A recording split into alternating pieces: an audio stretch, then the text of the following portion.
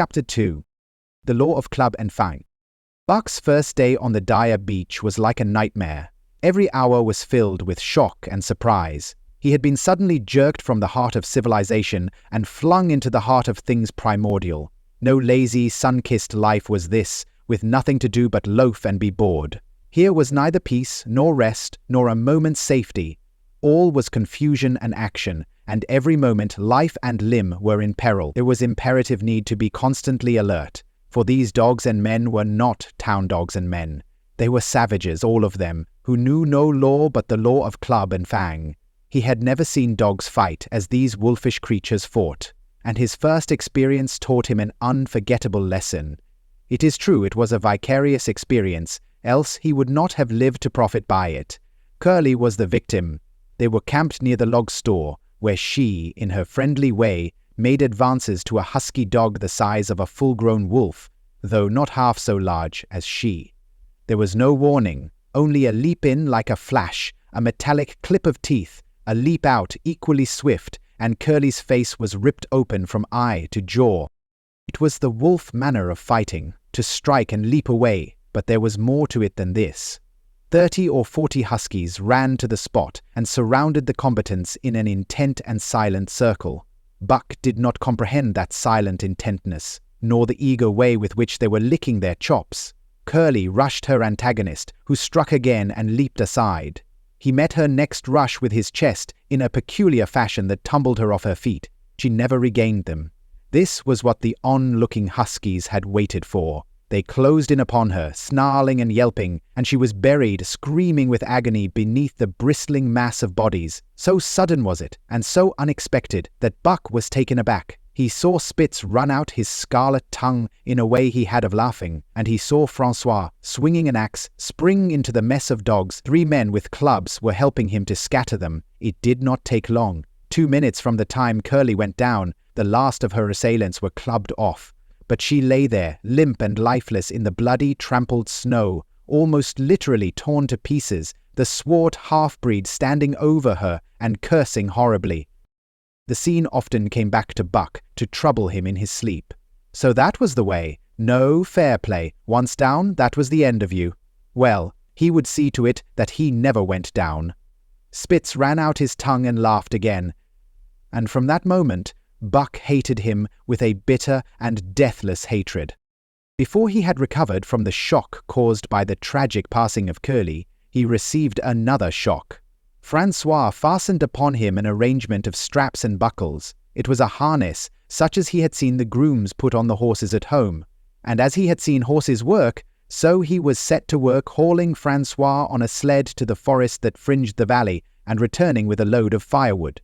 Though his dignity was sorely hurt by thus being made a draft animal, he was too wise to rebel.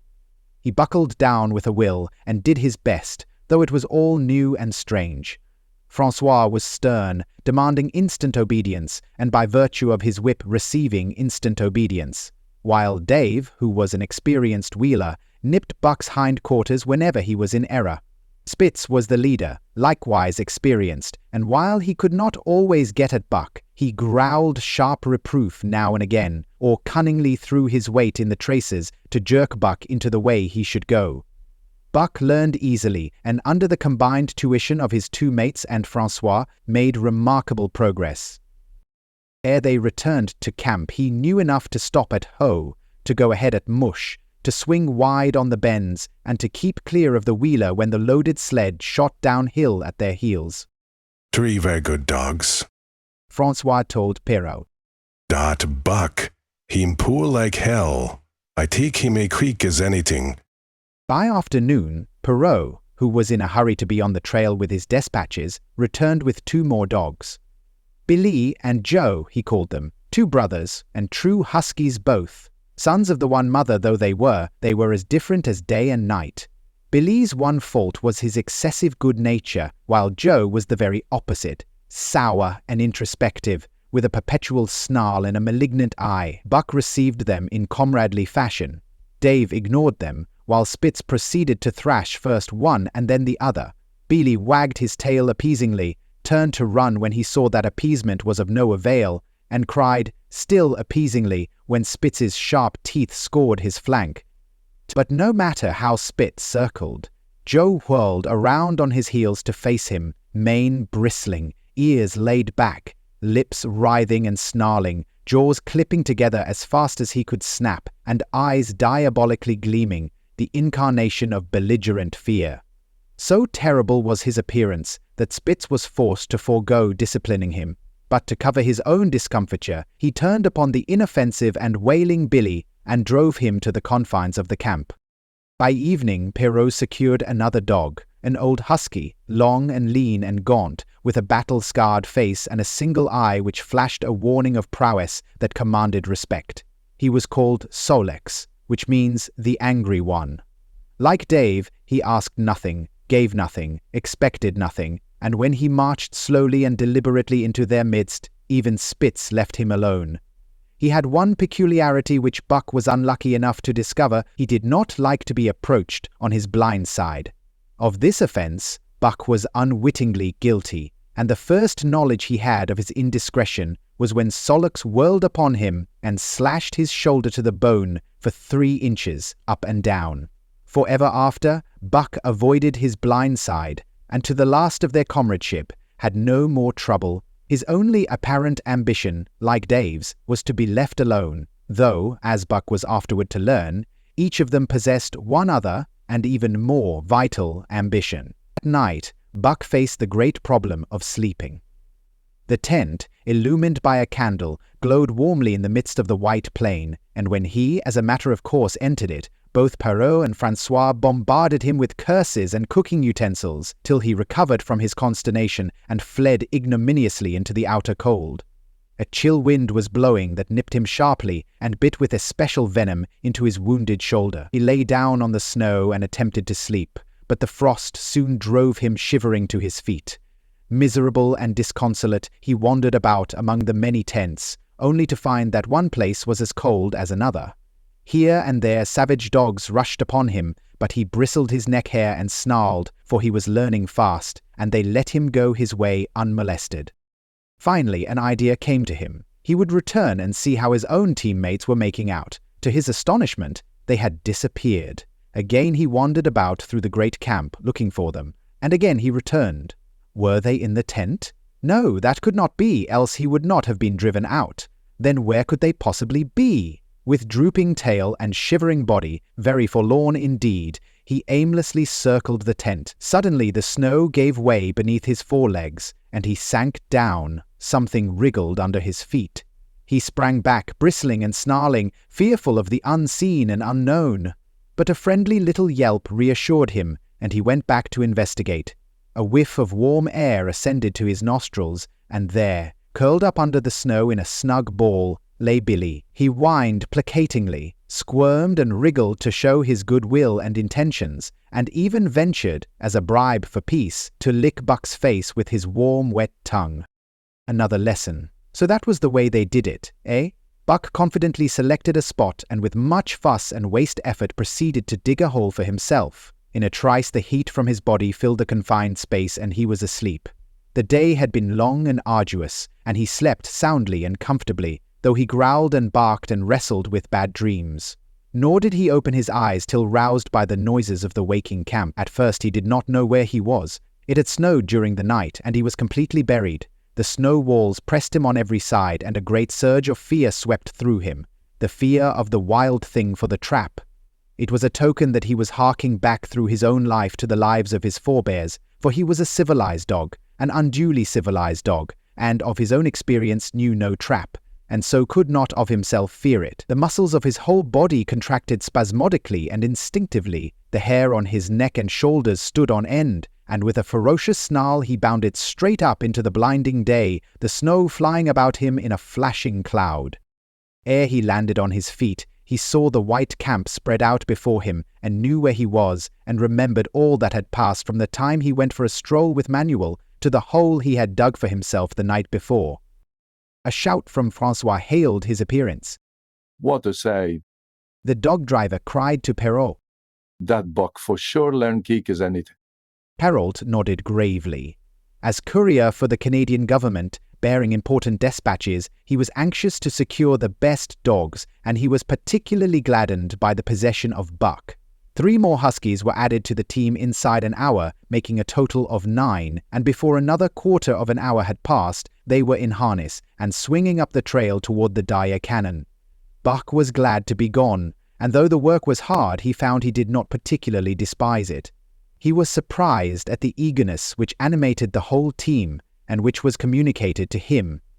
But, still more surprising, was the change wrought in Dave and Solex. They were new dogs, utterly transformed by the harness.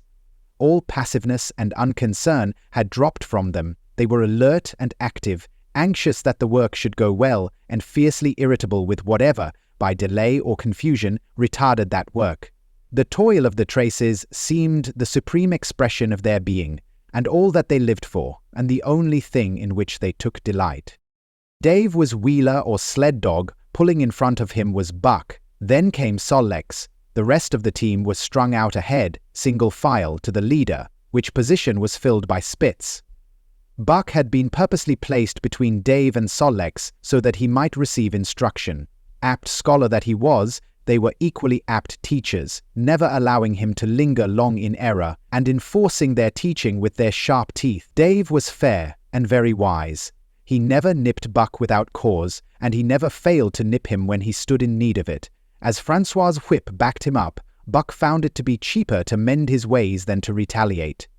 Once, during a brief halt, when he got tangled in the traces and delayed the start, both Dave and Solex flew at him and administered a sound trouncing. The resulting tangle was even worse, but Buck took good care to keep the traces clear thereafter.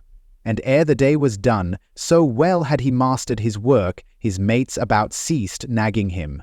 Francois's whip snapped less frequently, and Perrault even honored Buck by lifting up his feet and carefully examining them. It was a hard day's run, up the cannon, through sheep camp, past the scales and the timberline, across glaciers and snowdrifts hundreds of feet deep, and over the great Chilkoot Divide, which stands between the salt water and the fresh, and guards forbiddingly the sad and lonely north. They made good time down the chain of lakes which fills the craters of extinct volcanoes, and late that night pulled into the huge camp at the head of Lake Bennett, where thousands of gold-seekers were building boats against the breakup of the ice in the spring. Buck made his hole in the snow, and slept the sleep of the exhausted just, but all too early was routed out in the cold darkness and harnessed with his mates to the sled. That day they made 40 miles, the trail being packed, but the next day, and for many days to follow, they broke their own trail, worked harder, and made poorer time. As a rule, Perrault traveled ahead of the team, packing the snow with webbed shoes to make it easier for them. Francois, guiding the sled at the G-pole, sometimes exchanged places with him, but not often. Perrault was in a hurry, and he prided himself on his knowledge of ice, which knowledge was indispensable, for the fall ice was very thin, and where there was swift water, there was no ice at all. Day after day, for days unending, Buck toiled in the traces. Always they broke camp in the dark, and the first grey of dawn found them hitting the trail with fresh miles reeled off behind them. And always they pitched camp after dark, eating their bit of fish and crawling to sleep into the snow. Buck was ravenous. The pound and a half of sun-dried salmon, which was his ration for each day, seemed to go nowhere. He never had enough and suffered from perpetual hunger pangs.